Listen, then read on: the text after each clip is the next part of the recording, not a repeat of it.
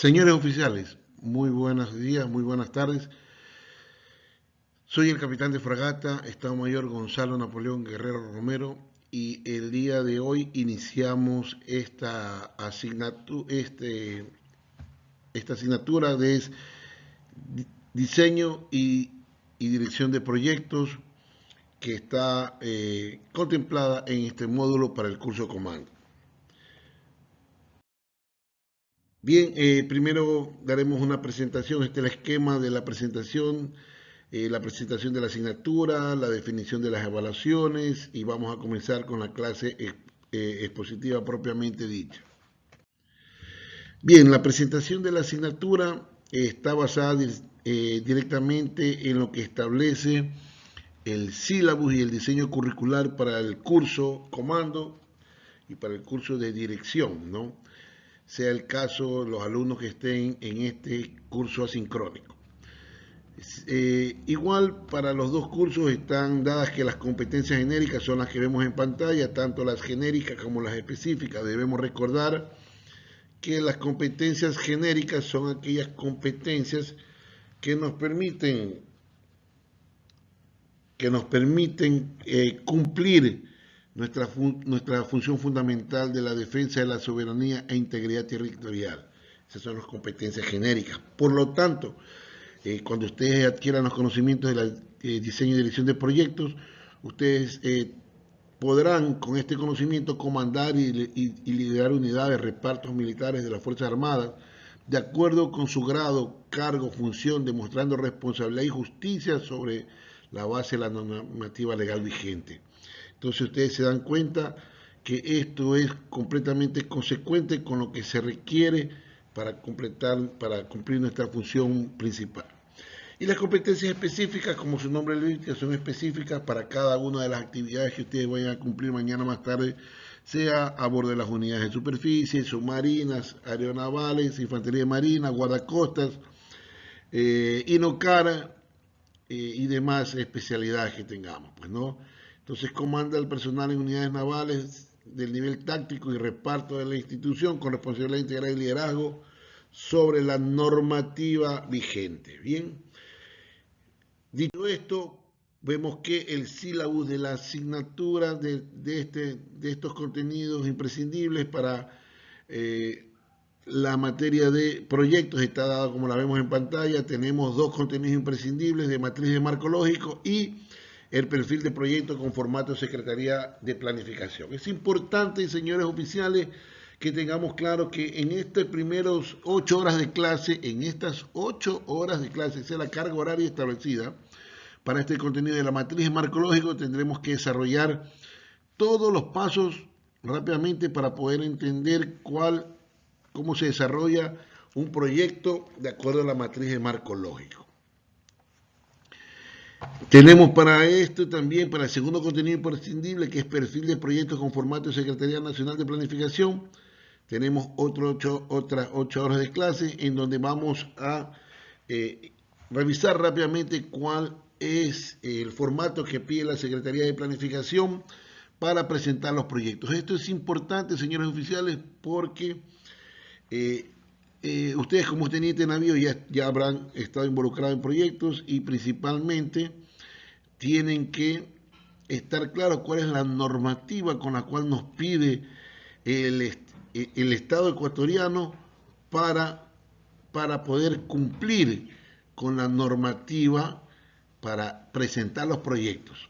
Hay una normativa dentro del Armado, dentro de las Fuerzas Armadas, para presentar los proyectos, claro está. Sin embargo, esos proyectos, cuando se hace un anteproyecto, cuando se piden las definiciones de las especificaciones técnicas, los términos de referencia para hacer un estudio de mercado, todo eso tiene unos formatos. Sin embargo, cuando ya se tiene esa información propiamente hecha y se establece el proyecto para ser presentado al Consejo de Almirantes o al Consejo Ampliado de Generales o Almirantes o al Ministerio de Defensa, hay que presentarlo ya bajo el formato de la Secretaría de planificación, y ese formato radica en el marco lógico. Eso lo veremos en el segundo contenido imprescindible. Es importante destacar que de acuerdo al modelo educativo, al modelo educativo de Fuerzas Armadas 2021, al Manual de Educación de la Armada, esta educación modular establece que cada 8 horas de clase tengamos una tarea formadora. Por eso que para el primer contenido imprescindible de matriz de marco lógico vamos a desarrollar una tarea formadora que se llama desarrollar la matriz de marco lógico del problema de interés institucional. Entonces, sabremos que para estas, después de que terminemos de revisar esta matriz de marco lógico, habremos terminado los 10 pasos para establecer el marco lógico. Ustedes tendrán que desarrollar una matriz de marco lógico para el problema de interés institucional. Esa tarea formadora tendrá que ser montada en el Moodle y será calificada por el suscrito para poder obtener la nota de esa tarea formadora. Y asimismo, con la segunda tarea formadora, que es demostrar el conocimiento alcanzado sobre el contenido imprescindible de el perfil de proyectos de acuerdo a la Secretaría de Planificación, pues presentaremos la forma como vamos a evaluar o realizar esta tarea formadora, que será la siguiente nota. Y por último, hay una tarea integradora. ¿Por qué se llama tarea integradora? Porque integra todos los dos conocimientos imprescindibles. En función de eso, señores oficiales, es importante destacar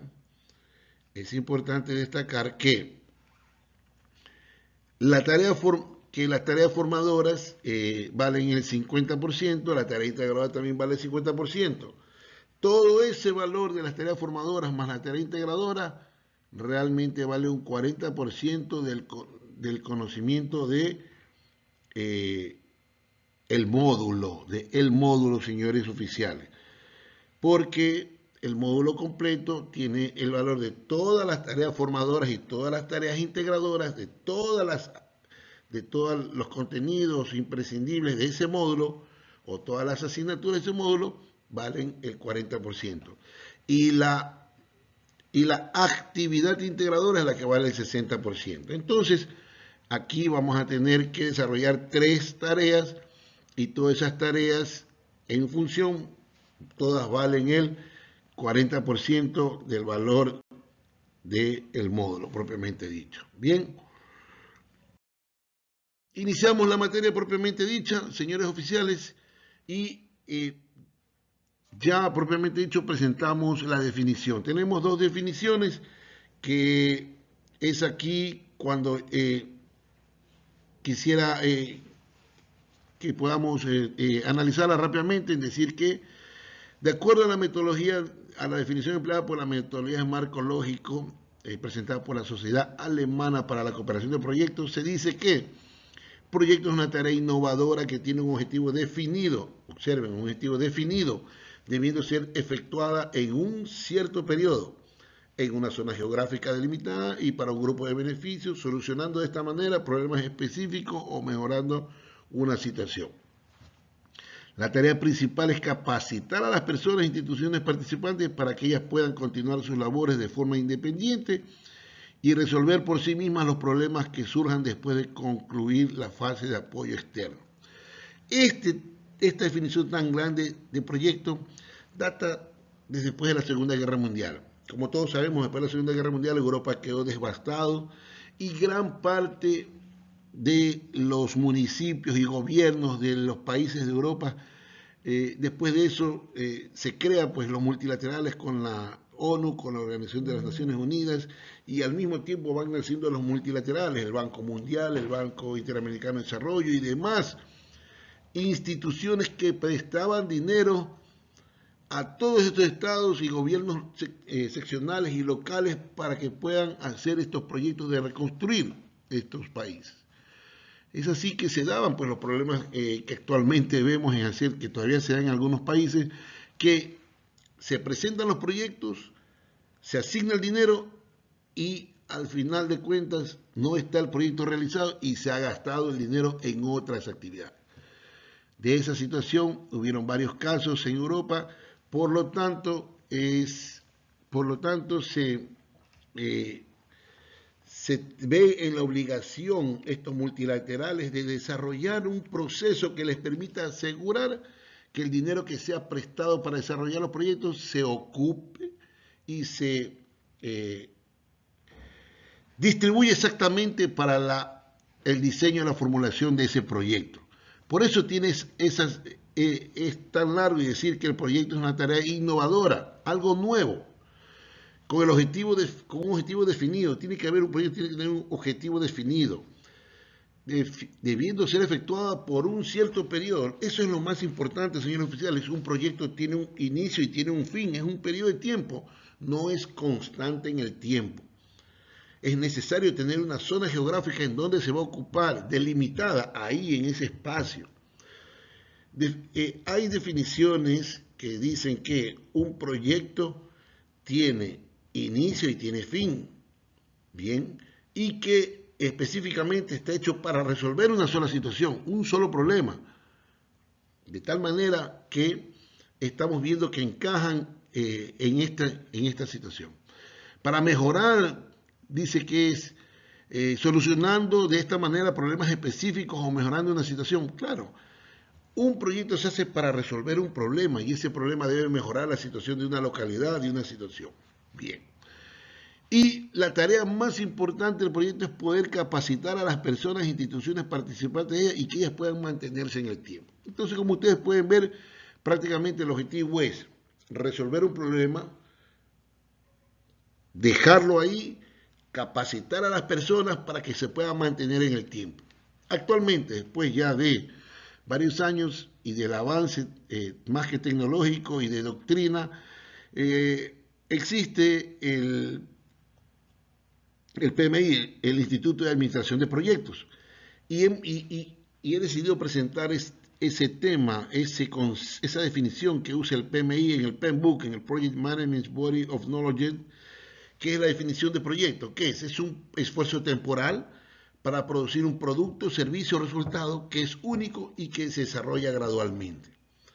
Bien, ustedes lo ven completamente acotado, es claro.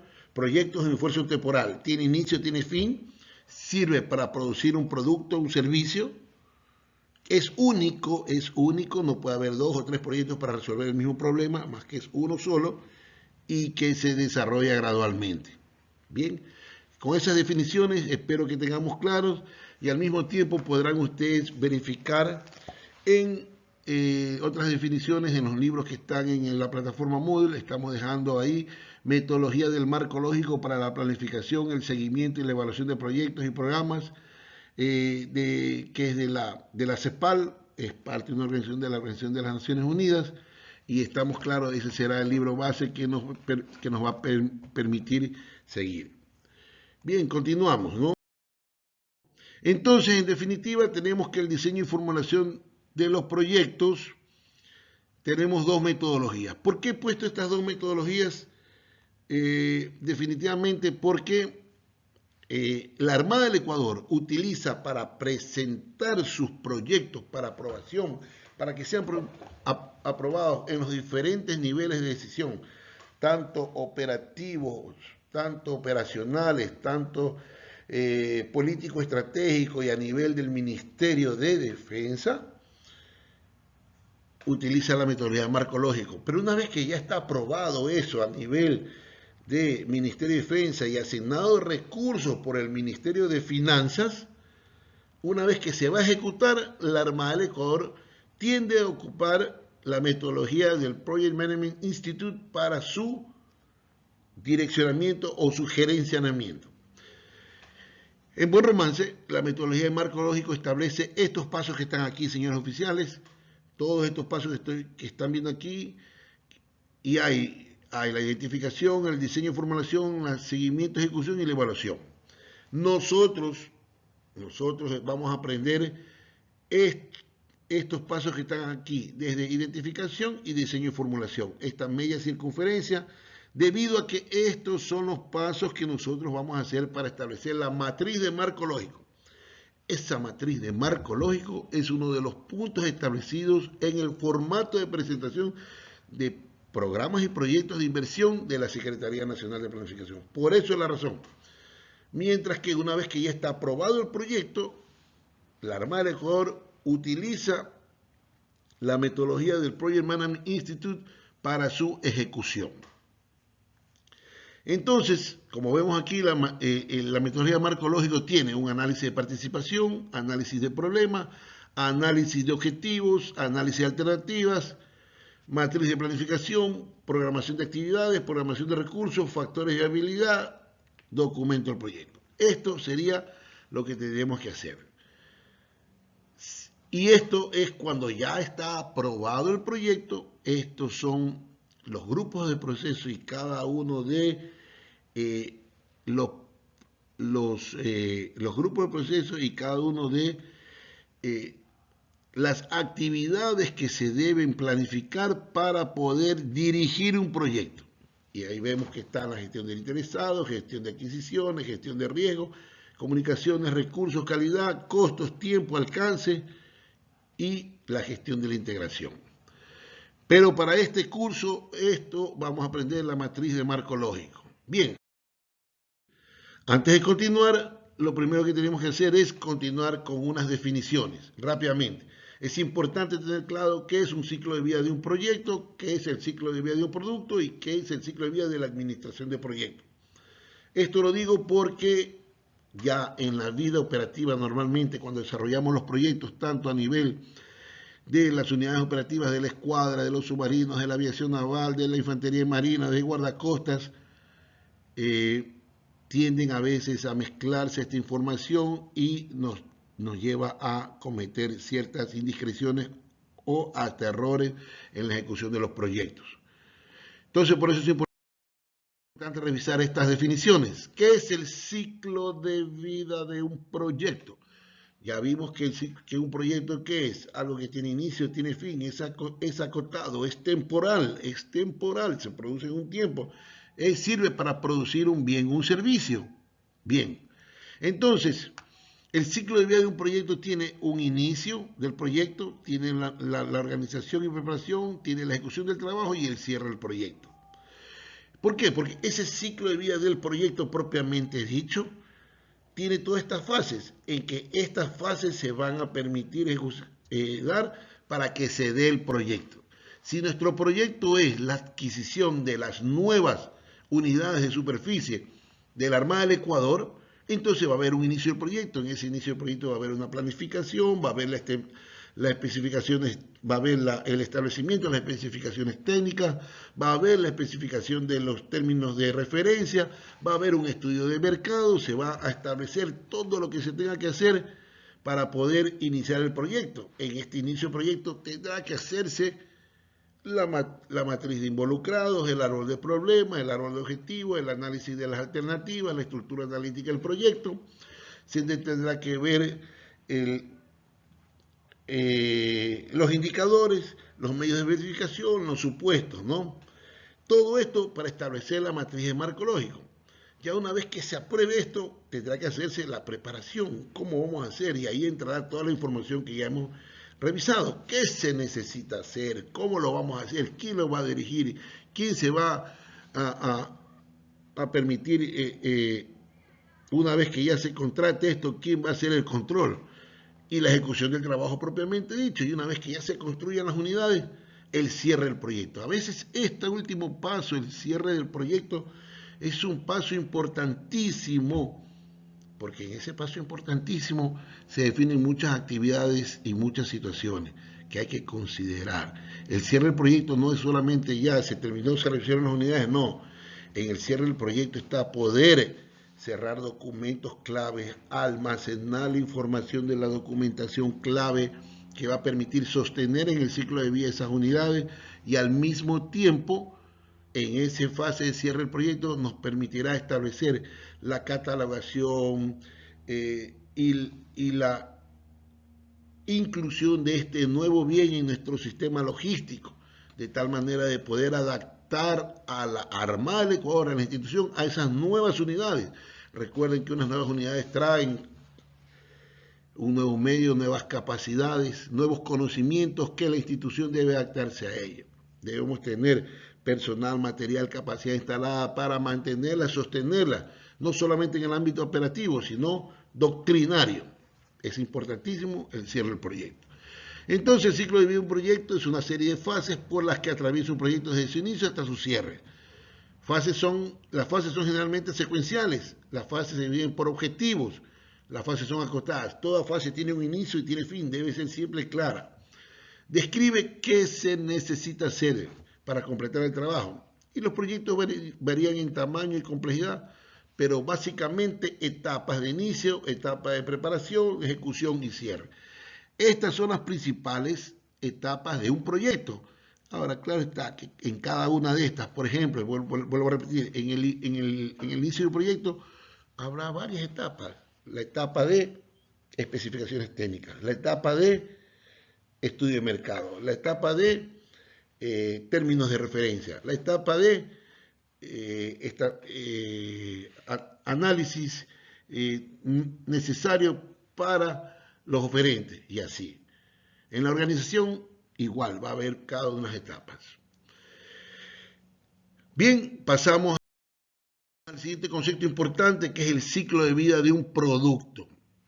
¿Por qué revisar esto? Porque un proyecto tiene un inicio, tiene un fin, es temporal, tiene un inicio, tiene un fin, es temporal. Sirve para resolver un problema, o que este problema será producir un bien o un servicio. Producir un bien o un servicio. Y es temporal. Pero, ¿qué es el ciclo de vida de un producto? Si nuestro proyecto es para obtener un producto, este sea un buque, un avión, un submarino, o un servicio, un proyecto para obtener un servicio, puede ser, ¿cuál es el servicio? El asesoramiento especializado para explotación de los recursos vivos y no vivos de los fondos marinos, es un asesoramiento, es un servicio. Entonces, el producto es el servicio. Y aquí es donde a veces tendemos a confundir en magnitudes. Cuando los proyectos son muy grandes, tendemos a confundir que el ciclo de vida del proyecto sería mismo el ciclo de vida del producto y es completamente diferente.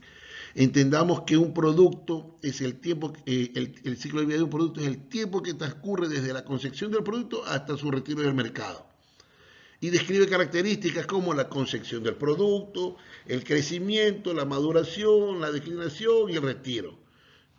En otras palabras, si nosotros vamos a querer comprar unas fragatas, por ejemplo, las fragatas americanas Oliver Hazard Perry, esas fragatas tuvieron una concepción, un crecimiento en el ambiente operacional con un tipo de armamento, con un tipo de disposición para ciertos escenarios, para cierto tipo de guerra, en donde se maduró y como todo producto tiene un declive, aparecen nuevas oportunidades, nuevos cambios, nuevas capacidades que tal vez hacen que esas plataformas ya no sean y hay un retiro del servicio.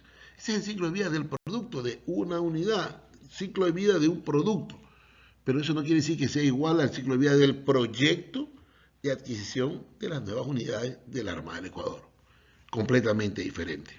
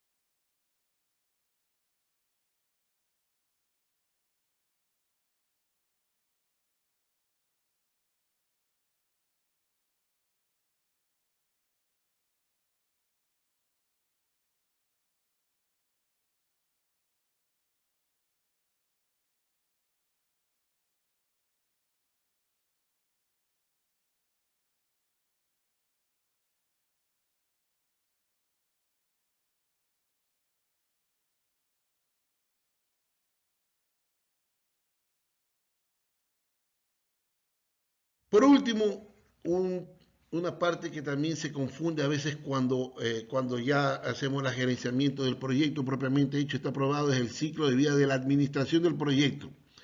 En el ciclo de vida de la administración del proyecto se describe qué se necesita hacer para administrar el proyecto. Ok, ya se adjudicó el contrato a una empresa y hay que construir esas nuevas unidades, esas 6 nuevas fragatas ligeras que vamos a construir en Alemania. Entonces, para administrar ese proyecto, ese contrato de construir esas nuevas 6 fragatas, entonces va a haber que tener un ciclo de vida para administrar ese proyecto, desde que se firmó hasta que se entregue. Entonces, ahí normalmente, como les expliqué al inicio, la Armada de Ecuador tiende a usar la metodología del PMBOK, Project Management Book of Knowledge, para guiarse por esto. Entonces, ahí hay también una fase de inicio, de definición preliminar de qué es lo que se va a hacer.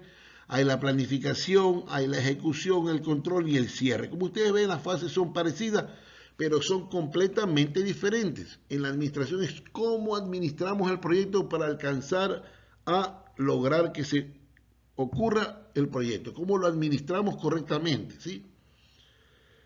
Bien, con eso, entonces, claro, esas 3 definiciones, entramos propiamente en materia, porque esta sesión, después de esta introducción y de esta aclaración de estos conceptos, tendremos que ver las 3 primeras fases de la matriz de marco lógico.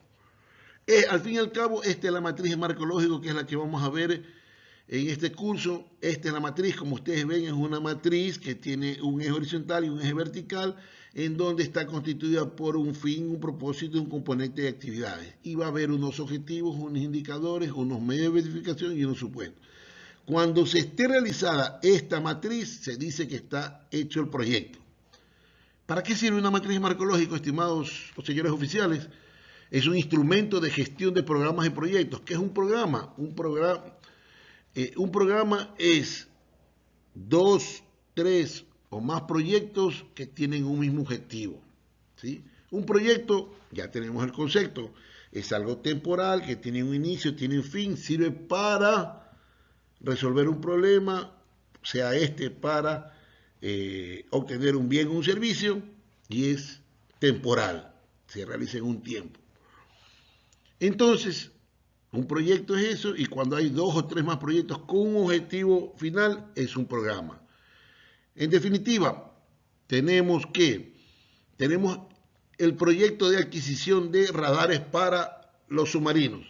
Tenemos la adquisición de proyectos de radares para las corbetas. Tenemos la adquisición de proyectos para radares para las guardacostas. Esos 3 proyectos se forman un solo programa y se puede decir el programa de adquisición de sensores para unidades operativas. ¿Y qué son? 3 proyectos con un mismo fin, adquisición de radares. Facilita la preparación y la ejecución de programas y proyectos. Por supuesto, una vez que se realiza la matriz de marco lógico, está establecido cuál es el propósito del proyecto, cuál es el fin, cuáles son sus componentes y sus actividades. Eso le va a permitir y le va a facilitar la preparación y la ejecución del proyecto propiamente dicho. Resume los resultados del programa, por supuesto. Cuando ustedes ya finalicemos, vamos a ver que solo con esta columna que está aquí de objetivos, con su fin, propósito y componentes, tendremos un resultado de cada uno de sus programas y proyectos. Sirve de base para la programación de la ejecución, por supuesto. Cada vez que vayamos a ejecutar el proyecto, a controlarlo, tendremos que verificar la matriz de marco lógico para ver cómo estamos avanzando en cada uno de los componentes, en cada una de las actividades y con los indicadores y los medios de verificación. Dice que facilita el seguimiento y evaluación de los resultados e impactos. Bien. Cuando veamos los indicadores, vamos a ver que los indicadores de fin y de propósito son resultados de impacto, propiamente dicho, que nos van a marcar cuál es el impacto del proyecto. Entonces, estos indicadores van a ser resultados de impacto si este proyecto realmente está impactando, está cambiando o está resolviendo el problema. Entonces, iniciamos propiamente dicho con la metodología de marco lógico. Como dijimos, esta es la metodología de marco lógico. y aquí vamos a estudiar 10 pasos para poder obtener esa matriz de marco lógico. La matriz que vimos anteriormente, esa matriz con fin, propósito, componentes y actividades, ¿sí? Y al lado objetivos, indicadores, medios de verificación y supuestos. Esa es la matriz. Entonces, en esta sesión del día de hoy vamos a ver el análisis de involucrados, el árbol de problemas y los árboles de objetivos. En la siguiente sesión veremos los próximos 3 puntos: análisis de alternativas, estructura analítica del proyecto y resumen narrativo. Y en la última sesión veremos los indicadores, los medios de verificación y los supuestos. Ya, y hablaremos rápidamente del monitoreo y evaluación del proyecto. Pero hasta los supuestos está desarrollada propiamente dicha la matriz de marco lógico en su estructura, como lo vimos. Aparte, es importante estas definiciones de lógica vertical, lógica horizontal y evaluación de proyectos, porque son parte del desarrollo de la matriz propiamente dicha. Bien, señores oficiales, iniciamos con el análisis de involucrados. Para poder desarrollar un proyecto es importante destacar que un proyecto no lo hace una sola persona, lo hace un grupo de personas. Y en eso radica el análisis de involucrados. Identificar a los interesados. ¿Qué son los interesados? Son las personas que están involucradas en este proyecto o los posibles que van a ser afectados por este proyecto. ¿Quién va a sufrir impacto por el proyecto? Sea un impacto positivo o negativo, o ni siquiera no puede ser ni positivo ni negativo, pero que simplemente es parte de algún desarrollo del proyecto propiamente dicho. ¿Quién va a ser el usuario resultado del proyecto? ¿Quién lo va a usar definitivamente? ¿Quién se va a aprovechar de este proyecto? ¿Quién va a tener beneficios de la realización de este proyecto? Entonces es importante con estas preguntas que está aquí para poder identificar cuáles son los involucrados. Volvemos a poner el ejemplo, señores oficiales. Si vamos a hacer el proyecto de adquisición de nuevas fragatas para las Armadas del Ecuador, tenemos que preguntarnos qué personas están involucradas y comenzamos a hacer una lluvia de ideas y con papel y lápiz anotamos. Entonces los primeros serán la comandancia de la escuadra, posteriormente será el comando de operaciones navales y comenzamos a ver todos los repartos que son los que estarán involucrados o interesados en esto. Pero no solamente la Armada del Ecuador, la comandancia de la escuadra, la Dirección General de Finanzas, la DICLOC, la DIGEDU, ¿no? La DIRPG, pero aparte habrá otros involucrados, como puede ser, ¿quiénes son? Ministerio de Finanzas, Ministerio de Defensa, y todos los involucrados, de tal manera que son todos los que van a tener en algún momento una actividad o acción relevante en desarrollar ese proyecto. Después de eso también tenemos, como vemos, quién va a sufrir impacto. ¿Quién va a sufrir impacto aquí? ¿Por qué? Porque es importante, aunque ustedes no lo crean, tener claros quiénes son los astilleros, las empresas que hay en el Ecuador que dan prestación de servicio de mantenimiento, porque al arribar esas nuevas embarcaciones, esos nuevos buques de guerra, traen tecnología que tienen que estar, que aunque ustedes no crean que son necesarias, que el mercado local sepa cuál es la tecnología para que en su momento dado puedan darnos un sostenimiento. Esto es una realidad. Ya no son los tiempos en que había, ni siquiera en grandes naciones, hay el monopolio todavía del mantenimiento y el sostenimiento técnico a los equipos de los buques de guerra. Lo que sí hay es mantener y sostener una línea de proveedores que le puedan mantener así a las armadas. Y eso es lo que tenemos que lograr e intervenir para que el mercado local, las empresas, cuando lleguen estas nuevas unidades, ellos se enteren, oye, en algún momento esas unidades van a requerir repuestos, en que la Armada y el Estado no estén en la capacidad de traerlos. Comienza a haber una producción nacional necesaria para satisfacer esa necesidad. Entonces se convierten en unos involucrados, interesados en el proyecto. Al fin y al cabo, hacer la matriz de análisis involucrado está encaminada a identificar a todos los potencialmente interesados. Todos los potencialmente interesados, desde todos los puntos de vista, desde electrónica, electricidad, mecánica, mecatrónica y demás situaciones que la tecnología de un buque vaya a demandar. Las universidades, la cátedra, es importantísimo porque nueva información de esas unidades se van a ver, nuevos tipos de motores, eficiencias de motores, nuevas formas que van a permitir desarrollar el conocimiento. Es importante hasta la academia para sostener nuestras unidades, porque las generaciones que dan mantenimiento van cambiando y tiene que haber el conocimiento en boga en estas universidades para a largo plazo tener y poder trabajar en estas unidades. Valorar el nivel de importancia. El importante es identificar, la posición que esté ese involucrado, si está a favor o en contra. ¿Para qué es esto? Si hay un involucrado que está en contra, a ese involucrado, este posible grupo que está desarrollando este proyecto, tiene que tener claro, porque a ese que está en contra es donde tenemos que trabajar para ponerlo a favor del proyecto, y de esa manera vamos limando asperezas y abriendo el camino para el desarrollo del proyecto. Valorar el nivel de importancia. A cada actor, cada involucrado tiene una importancia en que radica ciertamente cuán importante es para el proyecto. Si es un actor principal, si es un actor tomador de decisiones, si es un actor que va a ejecutar el proyecto, si es un actor que a largo plazo va a prestar apoyo, servicio y sostenimiento. Tal vez para la ejecución del proyecto inicial no tiene mucha importancia, pero para largo plazo sí, porque tiene que prepararse en el tiempo para sostener las unidades. Es un actor, pero tiene que tener su nivel de importancia. Y por último, todo este análisis de involucrados, propiamente este estudio de los análisis involucrados, sirve para que cuando se vaya a ejecutar y se esté ejecutando el proyecto, los que van a gerenciar el proyecto, los que van a establecer las estrategias para la gestión de esos interesados.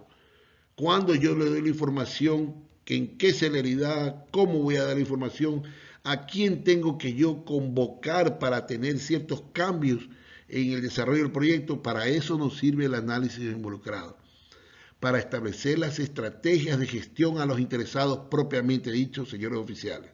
Una vez que nosotros tenemos el listado de los análisis de los involucrados que son identificados potencialmente los que van a tomar las decisiones, quiénes son los que van a realizar, quiénes son los que van a abordar, es necesario que de esos involucrados se forme el grupo que va a desarrollar ese proyecto. Porque vuelvo a repetir, un proyecto no lo hace una sola persona, sino un grupo de personas, y ese grupo de personas tiene que estar representado, los tomadores de decisiones, los que van a ejecutar, los que a largo plazo, con una persona o máximo 2 personas, para que ese grupo colegiado sea el que vaya a desarrollar la matriz de marco lógico. Bien, entonces el segundo paso de poder desarrollar la matriz de marco lógico es el árbol de problemas. Y comenzamos, señores oficiales, es importantísimo. Ustedes, señores oficiales, tenientes de navío, ya han tenido una trayectoria, me imagino que alguna vez estudiaron y vieron el árbol de problemas cuando se estudia metodologías de la investigación, más sin embargo también se ha estudiado en otras asignaturas el árbol de problemas. Sin embargo, es importante destacar que el árbol de problemas es una forma como poder entender el problema. Eso es el fin último del árbol de problemas, señores oficiales, entender el problema. No se olviden que se realiza un proyecto, es algo temporal, que tiene un inicio, tiene un fin, sirve para resolver un problema. Este problema sea para la adquisición de un bien o un servicio, y es temporal. Entonces, tenemos que tener claro cuál es el problema que vamos a resolver para que el problema que vayamos a resolver poder acertadamente ver si es el bien que vamos a adquirir para resolver ese problema o el servicio que vamos a contratar para poder resolver el problema. Entonces, el árbol de problema, como su nombre lo indica, se grafica como un árbol, como lo vemos aquí en pantalla, en que tiene un tronco, tiene unas raíces y tiene unas ramas. ¿Por qué es esta situación? Porque el árbol de problema se dice que las causas de los problemas están dadas por las raíces. Esas raíces que tiene este árbol, estas raíces son problemas pequeños, son causas propiamente dicho, ¿sí? Esas causas, esas raíces que son las que le dan vida al árbol, son las que le dan vida al problema central, que el problema central será el tronco del árbol, y los efectos de este problema son las ramas y lo demás. Entonces es la mejor forma de poder definir que el árbol de problema tiene problemas más pequeños, que para poder resolver este problema central deberemos resolver cada una de estas ramas pequeñitas, estas raíces, eliminar esos problemas para poder llegar a resolver el problema central o entender. En buen romance y en conclusión, estimados señores oficiales, para poder identificar cuál es el problema central, primero tenemos que identificar estos problemas, estas raíces.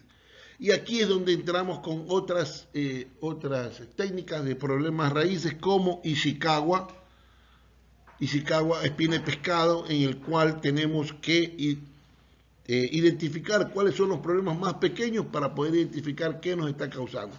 Entonces, el teorema de Ishikawa es una forma como poder identificar cada uno de estos problemas raíces que están aquí. U otra forma es a partir del teorema de Pareto, 80-20, el 80% de los problemas de una organización están causados por el 20% del personal administrativo.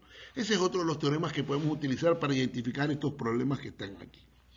Pero una vez identificados estos problemas raíces, tenemos que definir para poder entender esto. Y de una vez ustedes se van a dar cuenta de esta organización que tenemos aquí, es lo que nos permite decir este problema aquí con este problema acá son el que nos dan el problema central que está aquí. Entonces, señores oficiales, el árbol de problemas se utiliza para la preparación de proyectos o programas, se utiliza de ayuda a estructurar el programa o proyecto de modo que exista la lógica vertical. Esto es la lógica vertical, que quiere decir que desde lo más pequeño que está aquí, este problema que está aquí produce esta raíz que está aquí, produce esta raíz que está acá, y esta raíz produce este árbol central. Esa es la lógica vertical, que va de abajo hacia arriba, lógica vertical. Lo más pequeño tiene efectos sobre lo más grande. Facilita la elaboración del resumen narrativo. El resumen narrativo es que mañana más en la matriz de marco lógico hay que hacer un resumen, lo vamos a ver, y el árbol de problemas nos permite a estructurar ese resumen narrativo. Y ayuda también con el problema a hacer la definición de los indicadores, que en la matriz de marco lógico vimos que son los indicadores. Bien, vamos a presentar un ejemplo de un árbol de problemas. Tenemos aquí un problema central, que tenemos un inadecuado manejo de aguas oleosas generadas por las unidades de la comandancia de la escuadra. ¿Pero por qué se produce esto? Porque escasa gestión por parte de las autoridades en el ámbito ambiental, poca doctrina en el ámbito de manejo ambiental. Esto nos da un problema más grande, ¿no? Desconocimiento de la normativa en el tratamiento de aguas oleosas. Tenemos que hay escasa asignación de recursos presupuestarios para el mantenimiento de los sistemas de tratamiento de aguas oleosas. Tenemos un deficiente mantenimiento de los sistemas de tratamiento. Esto nos produce un problema un poco más grande, que sistemas de tratamiento de aguas oleosas inoperativas. Tenemos que hay insuficientes facilidades para recepción de las aguas oleosas, sistemas de descarga inhabilitados. Esto nos permite, ¿qué cosa? Estos dos problemas raíces nos dan un deficiente tratamiento de aguas oleosas en puerto base y en el cumplimiento de operaciones. Todos estos problemas nos derivan en el problema central, un inadecuado manejo de aguas oleosas. ¿Esto qué efectos está causando? Incumplimiento de las normativas emitidas por la autoridad ambiental, descarga de aguas oleosas sobre los límites permisibles, alteración del medio ambiente marino costero. Estos efectos tienen otros efectos, pues no, paralización de actividades operativas en cierto momento, porque si incumplimos nos pueden paralizar, reportes desfavorables de las inspecciones de cumplimiento de la normativa, hay deficiente responsabilidad social, una afectación de la imagen institucional. ¿Cómo es posible que la Armada, siendo la autoridad marítima, ejecute estas situaciones? Y peligro de destrucción de la flora, fauna, afectación de la condición socioeconómica de la población aledaña. Todo esto nos lleva a un efecto macro. Siempre hay que tratar de llevar un efecto macro. Después nos vamos a dar cuenta que este efecto macro será el que nos va a permitir en la matriz de marco lógico el fin último. Ya lo vamos a ver después. Entonces, detallamos un elevado nivel de contaminación en el medio ambiente marino costero. Entonces, este árbol de problema tiene sus causas, que son las raíces, con estos problemas que hemos identificado, el problema central y los efectos que nos produce este efecto final. ¿Sí? Un elevado nivel de contaminación en el medio ambiente marino costero. Bien, otro problema que tenemos aquí, otro ejemplo, tenemos que obsolescencia técnica, logística, operativa de laboratorios y simuladores. Y otro raíz, tenemos que no se cuenta con soporte técnico, no existen repuestos para equipos obsoletos, por eso tenemos equipos y laboratorios y simuladores que han cumplido con su vida útil. Y así tenemos que docentes no están capacitados, tenemos que hay un empleo de técnicas y de conocimientos que están desactualizados. Tenemos que hay mobiliario, ayudas de instrucción deficientes, sistemas eléctricos y climáticos deficientes e instalaciones de infraestructuras deficientes. Entonces, por eso están obsoletos los laboratorios. ¿Eso qué nos da? Incumplimiento de programas de estudio, los gamas y los grumetes no terminan con un perfil profesional deficiente. Los efectos, no tenemos otros efectos, dificultad para la realización de aplicación del aprendizaje, efectos que no existe el desarrollo de habilidades requeridas. Todo eso nos da un efecto final de cuál es el bajo desempeño en la vida laboral del Armado. Entonces, lo importante en el árbol de problemas es poder identificar cuáles son estas raíces, señores oficiales, estos problemas raíces que son los que nos van a desencadenar este problema central. Repito, aquí lo más importante en la normativa del árbol de problemas es poder identificar cuáles son los problemas raíces. Estos problemas raíces se identifican mediante lluvia de ideas, mediante consulta a expertos, mediante teorema de Ishikawa, mediante el teorema de Pareto 80-20, mediante la conjugación de todo ese grupo colegiado del análisis de involucrados que se hizo con los representantes, cada uno, oye, ¿cuál crees tú? Y hace esa lluvia de ideas y se van identificando cada uno de estos. Lo importante es poder desarrollar identificar cuáles son los problemas raíces que originan el problema central. Y una vez que se identifique el problema central, poder identificar y ver cuáles son los efectos de ese problema central y poder identificar un efecto final. Bien, por último, tenemos este último ejemplo, baja operatividad de las unidades navales. Y tenemos todos estos problemas raíces que se desembocan en estos tres problemas macro: falta de personal técnico, baja disponibilidad de repuestos y obsolescencia de unidades. Tenemos los problemas raíces. Estos problemas raíces producen el problema central, que es baja operatividad de las unidades navales. Esta baja operatividad de las unidades navales tiene unos efectos. ¿Cuáles son? Incrementos de delito en el mar. Sí, pues si no tenemos operativas las unidades y no estamos hacemos presencia en el mar, no hacemos el control de los espacios marítimos, va a haber un incremento de los delitos en el mar. Y va a haber también un bajo nivel de alistamiento de la fuerza, porque si no están operativas las unidades, ¿cómo va a haber el alistamiento?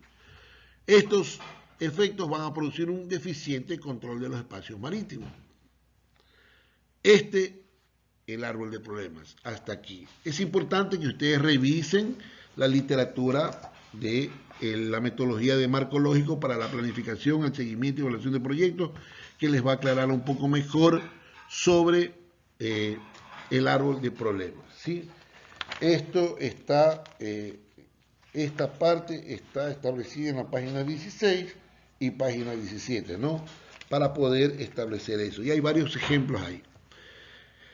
Vamos a la última parte de esta clase del día de hoy, que es el árbol de objetivos. Hemos recorrido hasta ahora las dos primeras fases, que es la matriz de involucrados y el árbol de problemas. Rápidamente, la matriz de involucrados, nuevamente entendamos que la matriz de involucrados es para poder identificar cuáles son los involucrados que van a participar en el proyecto y el fin último, establecer las estrategias para tratar a esos involucrados. De esos involucrados sacamos a un grupo de personas que son los que van a desarrollar el proyecto. El segundo paso es el árbol de problemas, como ya lo vimos, para identificar cuáles son las causas, como vemos aquí, el árbol de problemas, el problema central y los efectos. El árbol de objetivos es poner en positivo este árbol de problemas, señores oficiales, poner en positivo este árbol de problemas. Poner en positivo este árbol de problemas quiere decir que las causas raíces del árbol de objetivos se convierten en resultados, objetivos específicos, acciones. Este problema central lo ponemos en positivo, se convierte en el propósito, en el objetivo general del proyecto. Y estos efectos se convierten en el fin, en el objetivo del desarrollo del proyecto. Por eso es que es importantísimo, señores oficiales, que en los efectos del árbol de problemas ustedes pueden identificar varios efectos, pero hay que tratar de todos esos centrarlos en un solo efecto, porque ese efecto es el que se va a convertir en el fin último para que se desarrolle el proyecto, ¿sí? El fin. El problema central se convertirá, el tronco del problema central, al resolverlo, se convierte en el objetivo general, en el propósito del proyecto. Y todas estas causas raíces que eran en el árbol de problemas es donde vamos a atacar, y al atacar serán los objetivos específicos y las acciones para resolver esos objetivos específicos, en que se complementan en los componentes y las actividades del proyecto. Vamos a ver el árbol de objetivos del ejemplo que pusimos. ¿Cuál sería el objetivo central entonces? Decía un inadecuado manejo de aguas oleosas. Ahora tenemos un adecuado manejo de aguas oleosas generadas por las unidades de CODES. ¡Qué bien! ¿Cuáles serían las actividades, los componentes? El componente, cada una de estas causas raíces, incremento de la gestión por parte de las autoridades en el ámbito ambiental. Ampliar la doctrina en el ámbito del manejo ambiental. Esto nos va a producir, ¿qué cosa? Conocimiento de la normativa para el tratamiento de aguas oleosas. Si tenemos conocimiento de la normativa, sabemos lo que debemos hacer y lo que no debemos hacer y cómo tratar estas aguas oleosas. Adecuada asignación de recursos presupuestarios para el mantenimiento de los sistemas de tratamiento de aguas oleosas. Eficiente mantenimiento de los sistemas de tratamiento. Si tenemos un presupuesto y hacemos un buen mantenimiento, tendremos sistemas de tratamiento de las aguas oleosas operativos. Nuestros sistemas estarán correctos y estarán haciendo lo que se debe para poder darle el tratamiento antes de ser desechadas. Suficientes facilidades para la recepción de aguas oleosas en puertos y sistemas de descarga habilitados. Esto nos va a permitir, ¿en qué cosa? Tener un eficiente tratamiento de las aguas oleosas en puerto base y en el cumplimiento de las operaciones.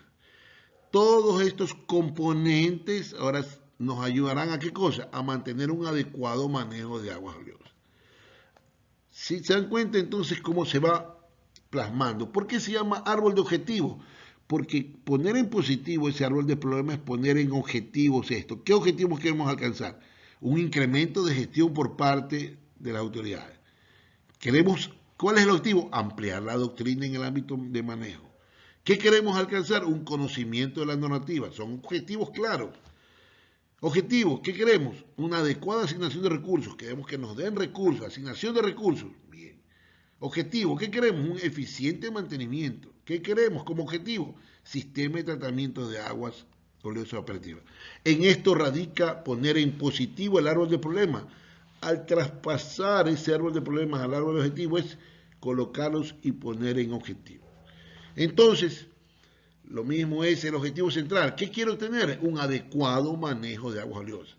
Para los fines, todos los fines, todo lo que estaba en negativo, que cumplamos las normativas emitidas, que haya una continuidad de las actividades operativas, que los reportes sean favorables, que la descarga de las aguas oleosas sea dentro de los límites permisibles y que haya una eficiente responsabilidad social, un fortalecimiento de la imagen institucional.